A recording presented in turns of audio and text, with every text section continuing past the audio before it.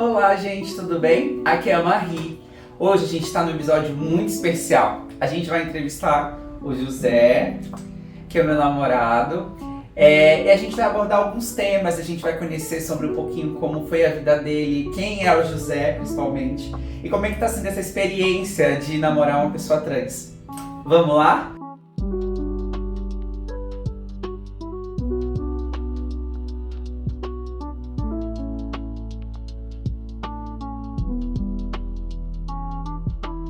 Olá, José, tudo bem? Muito obrigado por estar aqui. Eu que agradeço você ter me convidado. Eu acho que essa entrevista era uma coisa especial que eu queria trazer para o público, né? Porque eu acho que ainda assim é um tema muito complexo e muito complicado. As pessoas ainda não têm essa, vamos dizer assim, essa facilidade sobre falar sobre esse assunto. Mas antes de tudo isso, vamos a algumas perguntinhas, tá? Então, esse nosso primeiro bloco, a gente vai perguntar sobre você. Quem é o José? Como foi a sua infância? Como foi ser uma pessoa LGBTQIA+. E aí, conta um pouquinho pra gente como foi. Eu acho que ser José, ele tem uma conexão direta com ser uma criança LGBT também. Porque uma coisa de experiência que eu acho que a maioria de nós tem é a parte social. Sempre tem mesmo que seja uma pressão nítida, ou então uma pressão mais ensaiada, eu acho que tem uma coisa assim, sabe? Eu acho que tem uma coisa de olha como você se comporta, olha como você se veste, olha o que você diz, olha como você diz. E eu acho que esse tipo de coisa sempre teve muito presente em mim. E não só por eu ser uma pessoa LGBT, mas por eu ser quem eu sou também, sabe? Sobre ter uma curiosidade sobre o mundo, sobre ter um ponto de vista que talvez não fosse tão agradável para a maioria das pessoas. Eu acho que mesmo na fase, quando eu era mais novo, que eu tava ensaiando isso, que eu tava começando a desenvolver isso, eu já sentia que era bem presente. E você não é de Santos, né? Você veio de outra cidade, você nasceu em outra cidade, né? Isso. E você veio pra cá muito jovem? Vim. Eu nasci em Aracaju, na capital de Sergipe, no nordeste do nosso país. E eu nasci em Aracaju, mas eu não vivi muito tempo em Aracaju. Eu nasci lá e eu fiquei uns meses, depois eu fui pra casa da minha avó. Minha avó materna que ficava em Lagarto, né, no mesmo estado de Sergipe. É uma cidade mais pro interior. Pra quem nunca foi pra Sergipe, Aracaju ela fica mais perto do mar, né, do oceano. E Lagarto fica mais pro interior, então é mais campo. E aí, como foi todo esse processo de sair dessa cidade? Você lembra de vir pra cá? Como foi? Quando a gente chegou aqui, veio só eu e minha mãe. Meu pai, ele não veio.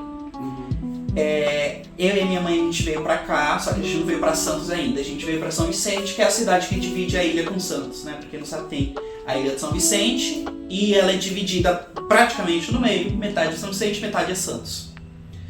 E a gente viveu em São Vicente, a gente vivia de favor, na casa de um cara que se chamava Seu Zeca, se eu não me engano, porque faz muito tempo que eu não ouço falar dele, né? Então eu espero que ainda seja Seu Zeca.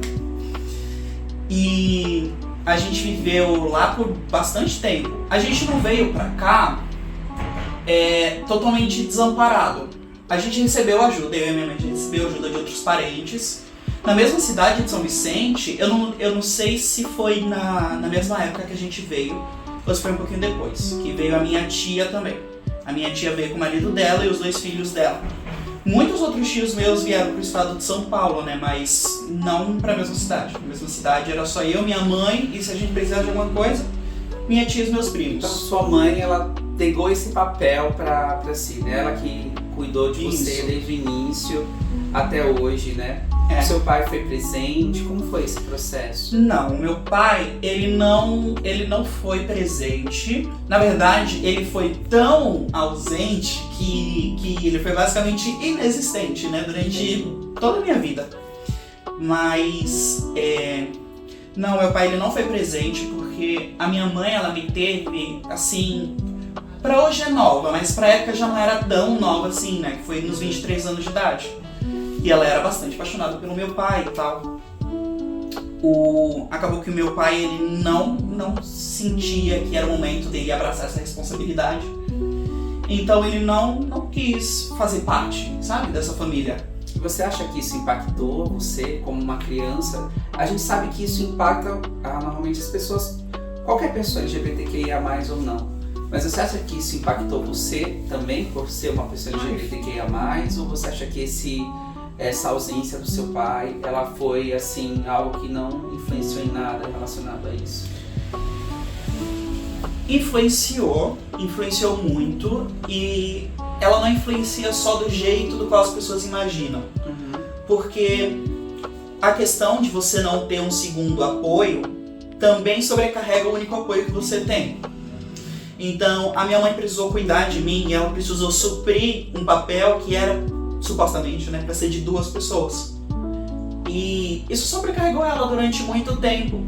O reflexo que isso teve em mim foi de um jeito muito mais profundo do que eu acho que eu consegui admitir por um certo tempo. Não ter um pai te coloca numa posição de não pertencimento para muitas coisas. Então, por exemplo, Dia dos Pais, a escola está comemorando o Dia dos Pais, faça um bilhete pro pai de vocês, eu vou fazer um bilhete pra minha mãe. Entende? E esse tipo de coisa acontecia. Eu tô dando um exemplo um pouquinho mais vamos dizer, não abrangente, mas acessível, assim, para as pessoas entenderem. Porque, querendo ou não, a minha mãe, ela queria ter essa família, sabe? Por mais que fosse... Hoje a gente sabe que ela não precisaria ter essa família, mas eu acho que ela realmente queria ter isso. O que acabou me fazendo conhecer não vários padrastos, mas tipo, muito mais do que eu gostaria de ter conhecido. Eu me lembro de alguns deles e não foram todos que agregaram, sabe? Porque esse também é um outro ponto. Nem toda pessoa quer ser pai. Nem toda pessoa que se relaciona com uma mulher que tem um filho quer ser pai dessa criança, sabe? Sim. E você, como uma criança, que você não tem muita noção do que acontece com você, principalmente, você inevitavelmente começa a procurar isso, sabe? Às vezes em algumas outras pessoas, e às vezes em algumas outras figuras. E não é que você às vezes quer procurar um pai, mas você quer ter aquela imagem, né, como a gente vê no colégio, criança, o pai, a mãe. Então você procura esse papel, né? Por mais que a sua mãe ela pudesse te complementar com tudo, com amor, fazer o possível por você, mas a gente sempre há aquele a mais, né? Tipo, como você comentou, né? De fazer cartas, de fazer trabalhos. Então eu acho que não é muito bem sobre ter o pai, mas tipo, na mente de uma criança, colocar isso na mente que não necessariamente um homem tem que ter esse papel, ou então tem uma pessoa física ali, tem que exercer esse papel. Então eu acredito que isso foi um momento difícil de você entender todo esse processo, né? Sim, e leva tempo, sabe? Isso leva tempo pra gente entender de que a maioria das pessoas que poderiam ter sido uma figura paterna, pra mim, não teriam me feito bem. Porque esse, de novo, traz o mesmo ponto, sabe? Quando você é uma criança LGBT, quando você é uma criança afeminada mesmo, você pode ser afeminado sem ser LGBT. Você precisa de um apoio um pouquinho mais dedicado. Porque as outras pessoas, elas não vão saber lidar com você, vamos colocar assim. E eu digo isso não porque você é uma espécie de aberração, não, mas porque a gente sabe que tem muitas pessoas que vão te fazer mal. A gente sabe que tem muitas pessoas que vão te machucar por você ser uma criança mais afeminada. E a outra fatia das pessoas nem que não sabe como te acolher, não sabe como te dar apoio. Eu vivi isso bastante tempo na escola, por exemplo. Eu não tinha apoio das outras pessoas em relação a isso, porque elas não sabem dar apoio. A gente não tem essa coisa da cultura, né? A gente não, ao invés de, às vezes, a maioria não vem das crianças, mas essa parte do apoio, os professores não têm essa habilidade, às vezes as próprias crianças trazem os preconceitos de casa e despejam aquilo no colégio, né? Então é uma coisa complicada, né? Principalmente porque sempre foi num tom muito ambíguo. Nunca foi num tom, assim, 100% de crueldade, como as pessoas imaginam, sabe? As pessoas às vezes têm essa visão de que a crueldade, ela é feita com raiva. A crueldade, ela não é feita com risos ou piadas, por exemplo. E não é bem a verdade, sabe? A crueldade da qual eu fui submetida, assim como outras crianças também foram submetidas, ela é muito vestida de piada, de comédia, de tom leve, de é só uma brincadeira. Eu acho que isso dificulta também o papel das pessoas que querem dar um apoio para quem está sofrendo aquilo. Tá, o segundo bloco é sobre identidade e masculinidade. Tá? Vai ser 3 perguntas bem rapidinhas. As perguntas são rápidas, as respostas que são... Não, mas você pode falar o quanto você quiser. Fique à vontade. Então, nesse processo que você falou, né, que você teve essa dificuldade de encontrar alguém que suprisse esse papel masculino, como foi pra você construir essa masculinidade? Sabe, você teve algum apoio? Você teve alguma pessoa importante durante esse processo? Como foi esse processo de construção durante o colégio? Então depois, como você via essa masculinidade? Como você falou, é diferente, né? Às vezes não necessariamente o homem ele é másculo, ele pode ser afeminado, mas a masculinidade, ela não necessariamente quer dizer isso. Quer dizer outras coisas, quer dizer questão de sentimento, de abordagem para as pessoas, de modo de falar. E como foi isso? Como foi esse processo? Então, ela sempre veio, de novo, né, com toda essa pressão, e ela sempre veio por parte da única pessoa da qual eu estava me educando, que foi a minha mãe. Pelo menos até certo ponto, né? Depois eu conheci o meu padrasto, né, que até pai do meu meio-irmão, ele tá aí até hoje.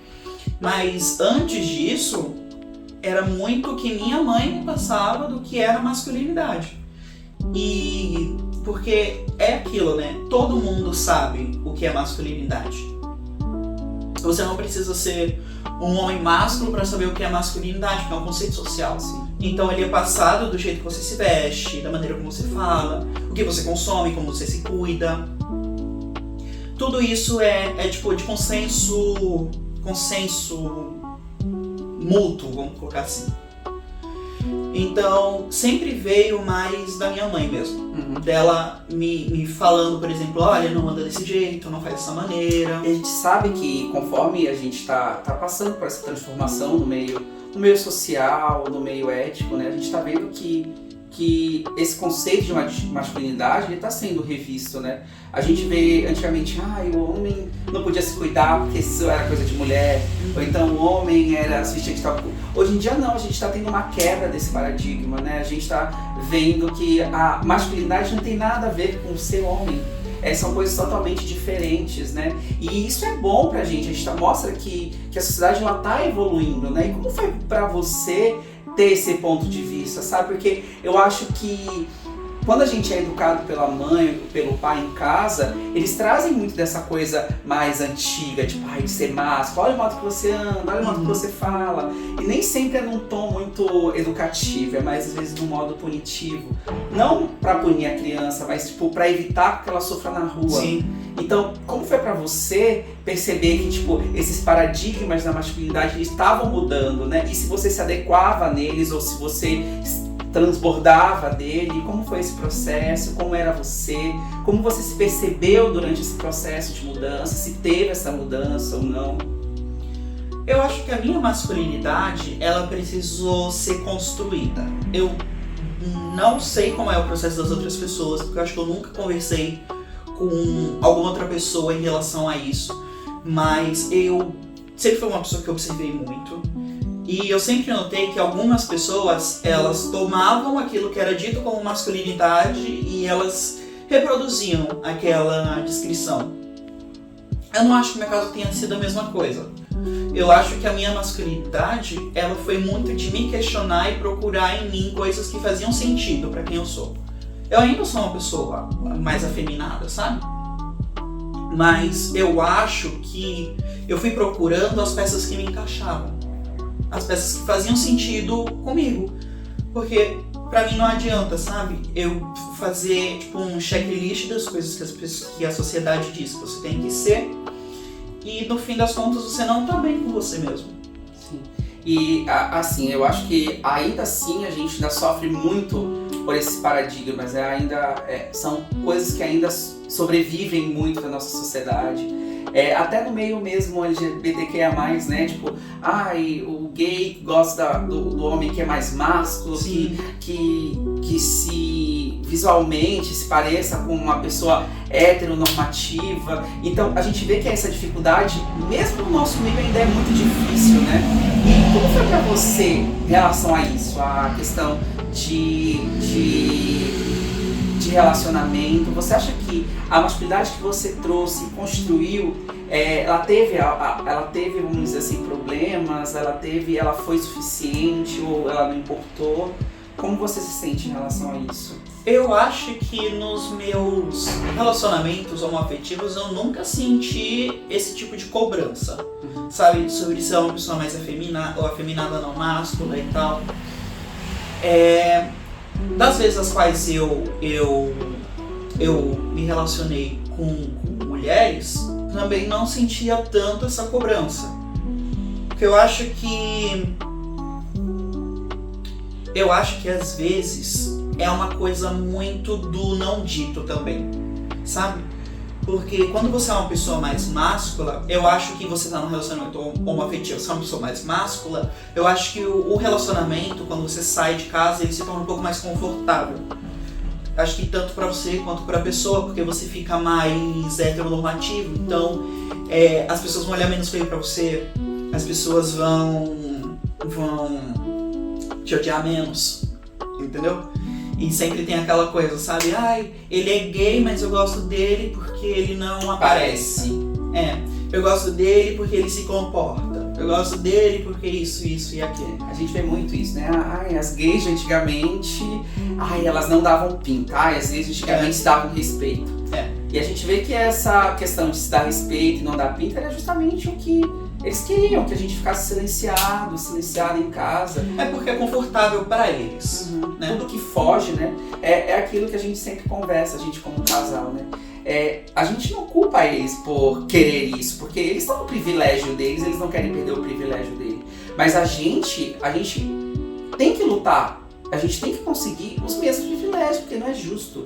Não é justo a gente ter que viver por trás de cortinas, viver por trás de roupas que não nos cabem, viver por trás de empregos que não nos convêm, sabe? E é por isso que é importante aquilo que você falou, da gente ver o que cabe a gente, usar o que cabe a gente, não o que cabe aos outros, né? Ser uma imagem pro outro, mas sim o que compete, o que faz bem pra gente viver bem. Sim, eu acho que tanto para um lado quanto pro outro, né? Porque existem pessoas que não sentem a necessidade de irem contra isso. E eu honestamente entendo, sabe? Pessoas que não se sentem à vontade ainda para sair do armário, eu entendo. Não entendo quando essas pessoas jogam contra o próprio time. Essa parte eu realmente não entendo. E tenho opiniões bem fortes em relação a isso. Mas eu realmente... Porque quando você é gay, você não precisa ser afeminado. E quando você é gay, você também não precisa ser másculo. Você precisa ser o que faz sentido pra você. Exatamente. Acho que isso, essa frase que você falou, ela cabe muito a todos. Não cabe você tentar preencher um espaço. Você não é um líquido onde você tem que se modificar para poder caber no espaço. Você já é completo. Sim. Você tem que estar aonde lhe compete, onde você se sinta bem, né? Sim. E é isso que a maioria das pessoas da nossa comunidade ainda tem muita dificuldade em aceitar e em ver isso, né? Elas ainda querem se caber em lugares que não lhe cabem. Então, ainda tem muita dessa dificuldade, né? E eu acho que isso reflete muito dessa coisa que está tomando conta na internet agora, que são, por exemplo, gays de direita, trans de direita e tal. Lembrando que, de novo, você pode ter a orientação política, vamos falar assim, do jeito que você quiser. Vivemos numa democracia. Mas se você faz isso achando que você vai sofrer menos do que a outra pessoa, você tá enganado. Você vai sofrer. as mesmas coisas que as outras pessoas fazem, porque quando você for sofrer homofobia, transfobia, ou até racismo, ninguém vai parar pra você e perguntar, pessoas negras não são do LGBT, mas tá dando pra entender. Ninguém vai parar e perguntar em quem você votou. Eu vou bater em você agora, mas em quem você votou? Então não vão pedir pra você abrir a sua conta do banco e ver se você é rico ou não. Eles vão estar na rua e vão te ler exatamente como você é. Se você é gay, se você é lésbico, se você é trans, se você, no caso, é negro. Então não tem essa discriminação. As pessoas às vezes esquecem isso, né? Porque elas estão colocadas em um meio e ela é muito maquiado aquilo, né? Eles te vendem o que tá ali. Então você se sente meio à vontade, né, naquele ambiente, e você acaba comprando essas ideias e esquece de quem tem lá embaixo que está sofrendo, né? Quem precisa ir trabalhar no ônibus, quem precisa estar no processo ainda de transição, não está conseguindo fazer a depilação a laser, infelizmente não está conseguindo externalizar o que tem interno e sofre transfobia na rua por não conseguir se barbear direito, então não consegue se maquiar direito porque não tem condições, e a pessoa esquece isso porque está imerso num lugar onde aquilo é maquiado, é tudo muito aceito. Sim, entendeu? E essas pessoas acabam lutando justamente contra a nossa comunidade, e isso é muito triste. E ir contra esse tipo de coisa, sabe?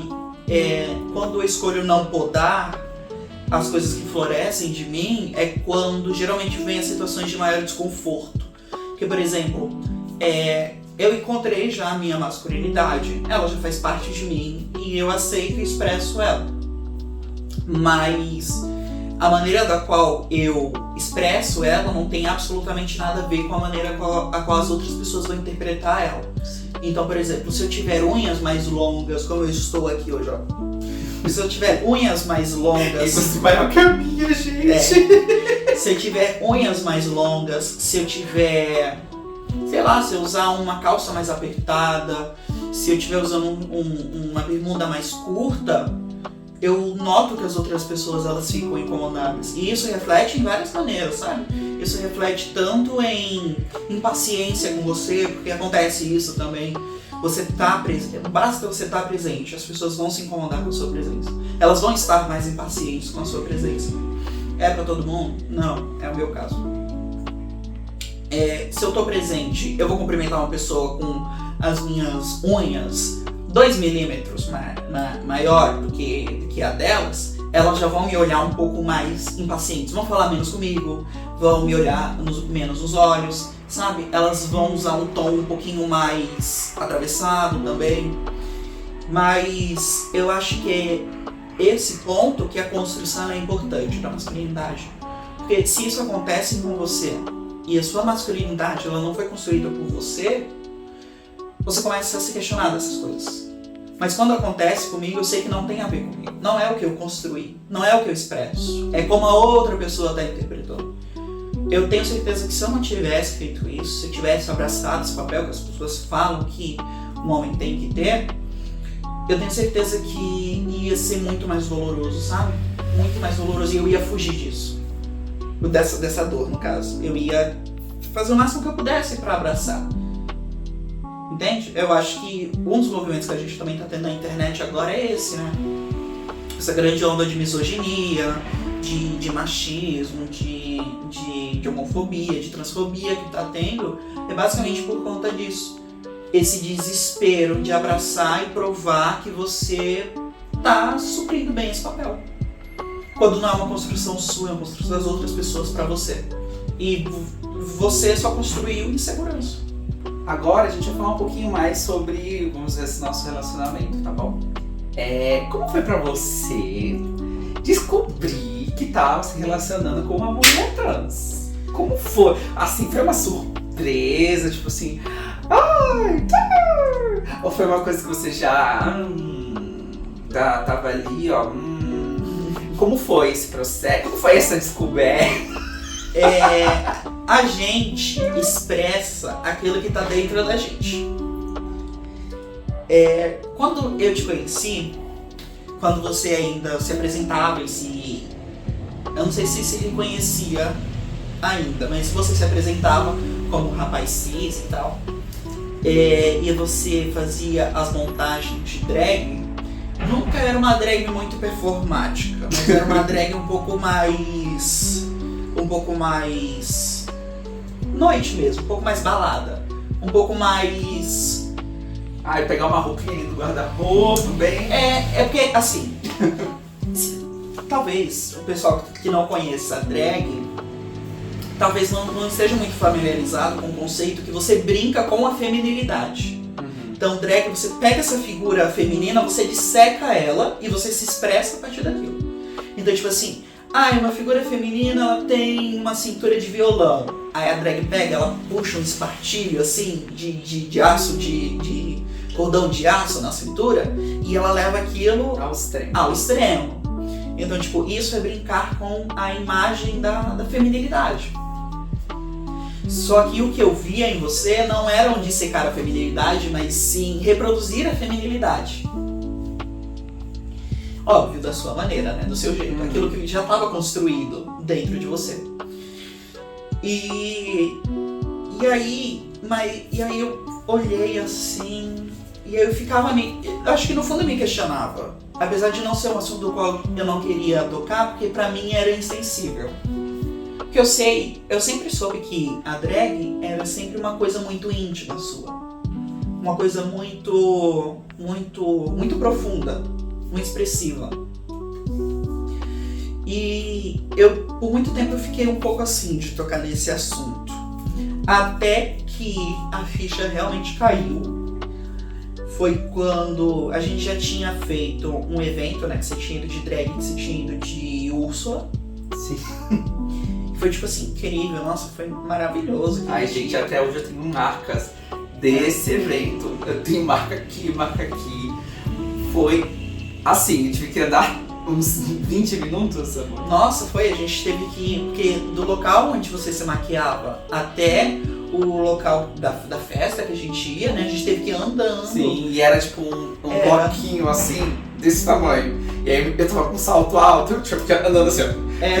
Você tava com arame em volta pra segurar os tentáculos. Sim. E aí você não podia mexer muito a perna. Então foi uma noite bem complicada. A gente conseguiu ganhar o primeiro lugar, mas foi complicado. Foi.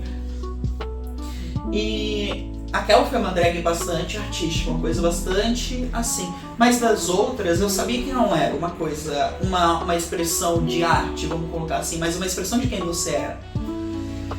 Quando veio... até de um processo assim miraculoso, vamos colocar assim, né? De uma coisa bem sobrenatural que veio, eu fiquei pensando aquilo por um certo tempo, porque eu precisava ter certeza de que eu deveria perguntar aquilo. E aí a gente estava numa festa, né? E eu com aquilo na mente, assim, latejando. E aí eu cheguei em você, assim, eu falei assim, olha, há uns dias eu tô com uma voz latejando na minha cabeça e ela só diz a mesma coisa, que ela só pergunta assim, quando é que ela vai aceitar quem ela é? E aí eu compartilhei isso com você, né, eu tinha falado isso. E aí na hora eu senti que você tinha reconhecido aquilo, aquela frase. Quando eu tinha te falado isso, eu percebi que você, tipo assim, acho que não faz mais sentido ficar sustentando essa fantasia, essa imagem. E aí você falou pra mim que você já se sentia daquela maneira, né? Que você já reconhecia isso em si mesmo, mas tinha medo de me perder. Tinha medo que isso atrapalhasse a sua vida. E aí eu falei pra você, olha, não é isso que vai me afastar de você. Não é isso que vai fazer a gente terminar. Porque no fim das contas, eu acho que eu sempre estive nesse relacionamento com a Má e não com o Maurício durante todo esse tempo, né? E eu acho que esse dia, assim, pra mim foi um marco, porque assim, eu já vinha passando por esse processo internamente há um tempo já, né?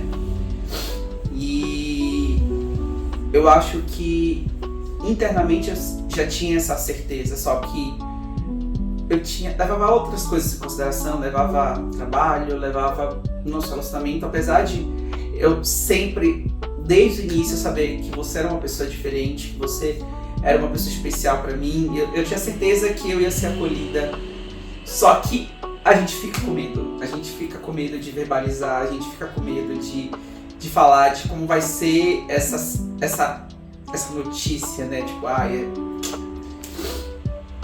E eu acho que naquele dia, quando eu conversei com você, eu acho que ter o seu apoio do meu lado foi o que, assim, me deixa forte até hoje, porque toda vez que eu vou sair de casa, eu lembro que eu tenho você e eu estimo muito a sua presença, eu estimo muito o seu apoio, eu estimo o quanto você me vê por dentro, sabe, quem eu sou, e o quanto você estimula isso, sabe, estimula eu sair, eu não ter vergonha, eu não ter medo, eu enfrentar, que você vai estar do meu lado, que você vai me proteger. E eu acho que você, mais que qualquer pessoa, acho que nesse momento está sendo a pessoa mais especial que eu tenho.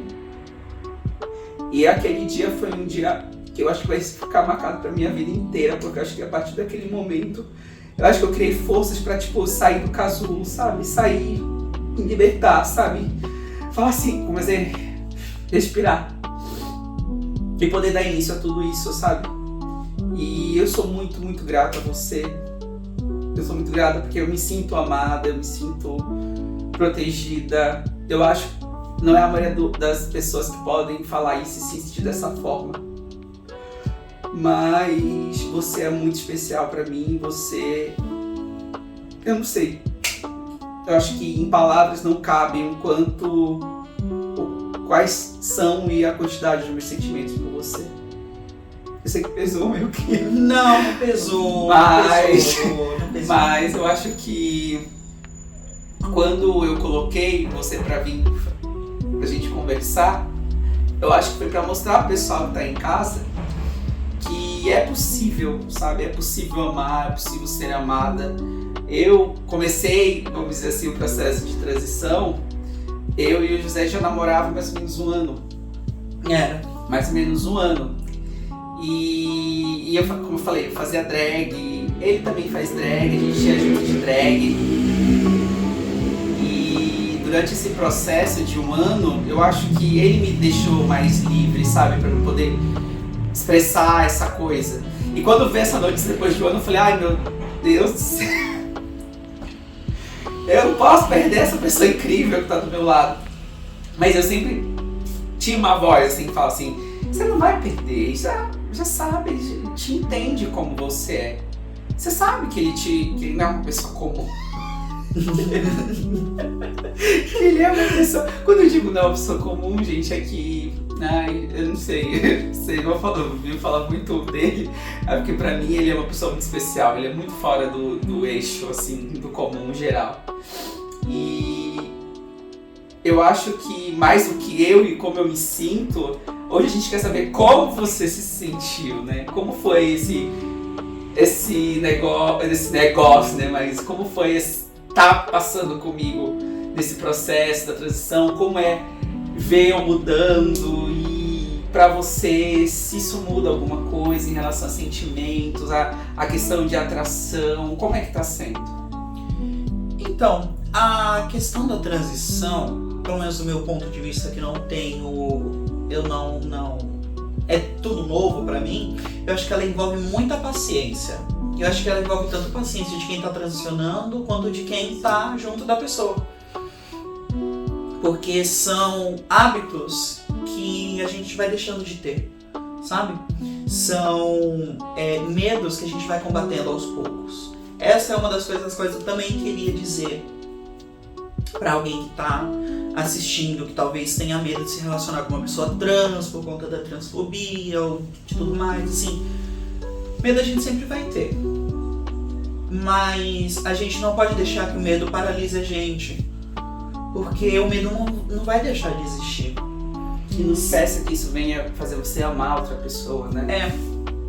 Às vezes você pode ter medo da violência, às vezes você pode ter medo da pessoa que tá junto com você ser colocada numa imagem estereotipada, sabe? E o que eu quero dizer é que o medo vai estar sempre presente, mas ele vai ser uma nuvem, ele vai ser um acumulonimbus na sua cabeça se você parar o processo e se fechar. O medo vai virar pavor. E eu acho que não pode deixar isso acontecer, sabe? E você já se relacionou com outra pessoa trans durante... Então, eu já tinha me relacionado, mas não tinha sido um relacionamento sério, né? Nem um relacionamento longo como esse que a gente tá tendo. Mas eu já tinha conhecido sim pessoas trans, já tinha ouvido mais ou menos como é a história de vida delas e tal, coisas que a maioria delas passam, então às vezes problemas familiares, ou então problemas no trabalho, esse tipo de coisa. E pra você, assim, você sente muita diferença, por exemplo, quando a gente sai na rua? Sim. Como é que você lida com esses olhares, essa mudança? Eu fico com mais raiva do que você, né? Você sabe? Eu fico com mais raiva do que você. Às vezes toma um tom hostil. Essa é uma das coisas as quais... Quer dizer, não é às vezes. Muitas vezes toma um tom hostil, porque quando a gente sai, eu tô sempre atento. Então, quando uma pessoa já começa a olhar feio, eu já fico de olho. Quando vem um grupo de pessoas, eu também já fico de olho. Então, às vezes, toma esse tom que pode ser um pouco mais... pode ser um pouco mais... De proteção, né? Tipo, eu acho que um tom mais de proteção mesmo, sabe? Sobre essas coisas. Porque a gente é responsável por como a gente se trata. Sim. Mas a gente não pode ser responsável por como o mundo trata a gente. Sim. E em relação a essa questão, né? Que você falou que você toma esse papel mais protetor. E, gente, realmente eu sinto isso. Tipo, é como eu falei pra você, quando eu saio na rua, a gente sempre tá, tipo, atento. E eu me sinto muito segura, sabe? Às vezes, molda a roupa que eu vou sair. E ele, não, vamos, não te preocupa, você tá linda, vamos, vai, não tem medo. E eu acho que isso é importante pra mim, né? Mas o que eu quero perguntar pra você agora nesse momento é o seguinte: como foi a sua relação com seus amigos? Tipo assim, você acha que teve mudança em relação a isso? Você teve alguma preocupação? Tipo assim, o que os meus amigos vão pensar? E além dos amigos, como foi falar isso? Tipo, como você acha que a sua família reagiu ou vai reagir em relação a isso? Assim, sendo bem sincero, eu nunca me importei muito com as outras pessoas fossem reagir a uma coisa tão íntima. Mas, puxando agora na memória, eu acho que não teve tanta mudança. Eu acho que às vezes vem um pouco de resistência de algumas pessoas, sabe? Tipo assim, de amizades que são um pouquinho mais... amizades são um pouquinho mais distantes, ou então de pessoas que têm a mente um pouco mais fechada. Mas acho que meu ambiente social, meu círculo social nunca foi muito conservador. Então, eu realmente acho que não teve muita resistência, também acho que não teve muito preconceito. Em relação à minha família, eu também acho que vai ser tranquilo. Na verdade, eu acho que com a minha família vai ser mais tranquilo do que com os amigos, né? Eu também acho. A mãe dele, gente, é um amor. Juro pra você, é uma segunda mãe pra mim. É uma pessoa que ela é extremamente afetuosa, ela é extremamente carinhosa, me trata assim como se eu tivesse saído dela. Juro pra você, eu sou muito acolhida, sou muito amada. A mãe dele, por vários motivos, por gestos, por se preocupar, por tudo. Então eu realmente acho que ainda não foi verbalizado pra ela isso sobre a transição. Mas eu acho que ela percebe, eu acho que ela é uma pessoa muito sensível em relação a isso. Então, tipo, ela vem aqui em casa, ela vê as roupas femininas e não questiona, não fala. Às vezes eu saio bem feminina, ela não fala, não pergunta. Então eu acho que... E nada mudou desde o dia que eu conheci ela, então eu realmente acho que também não vai haver problema no dia que a gente chegar e falar, verbalizar relacionado a isso. Ou se talvez nem precise, né? Porque do jeito que a gente vive, a nossa relação com ela é uma relação tão afetuosa e tão carinhosa que às vezes nem há necessidade de verbalizar isso, né? E uma coisa que eu preciso dizer é que quando eu me assumi também um rapaz bissexual, né, eu tinha 18 anos na época, eu não enfrentei resistência da parte dela e nem nenhum tipo de violência também. Eu acho que naquele momento ela meio que já sabia, mas ela me prestou um apoio. E esse nunca mais foi um tabu entre a gente, desde o dia que... É porque eu acho que um pouco desse tabu existe só na minha cabeça também, é uma coisa... Sempre. Né, é uma coisa da gente. Sim. Medo, né? O medo às vezes da rejeição, então, medo da mudança, né? Por mais que a gente saiba que os nossos pais, eles estão ali e eles demonstram que amam a gente, estão com a gente, eu acho que essa parte de verbalização, tipo, olha, agora a gente vai chegar, vai falar e vai botar o pingo no i, eu acho que a gente fica mais assim, Sim. aquele medo, mas nada supera o pós. Depois que a gente verbaliza, fala, parece que um peso de 1000 toneladas saiu das nossas costas e caiu, né? Sim. E agora uma pergunta mais íntima, assim. O que te dá coragem pra ficar comigo, minha amada? Porque, tipo assim, eu não acho que eu precise ter coragem. Não é coragem, mas o que você acha que incentiva você? Tipo, o que você acha que há em troca? Porque eu falei bastante de você, eu falei que eu me sinto protegida, eu falei que eu me sinto amada. E quando eu digo coragem, eu digo que te dá ânimo pra enfrentar tudo isso. Porque é esse essa relacionamento coragem, faz sentido pra mim, né? entendeu? Essa é a coragem de enfrentar tudo isso. E a gente tá no relacionamento que a gente tá, vai fazer 2 anos.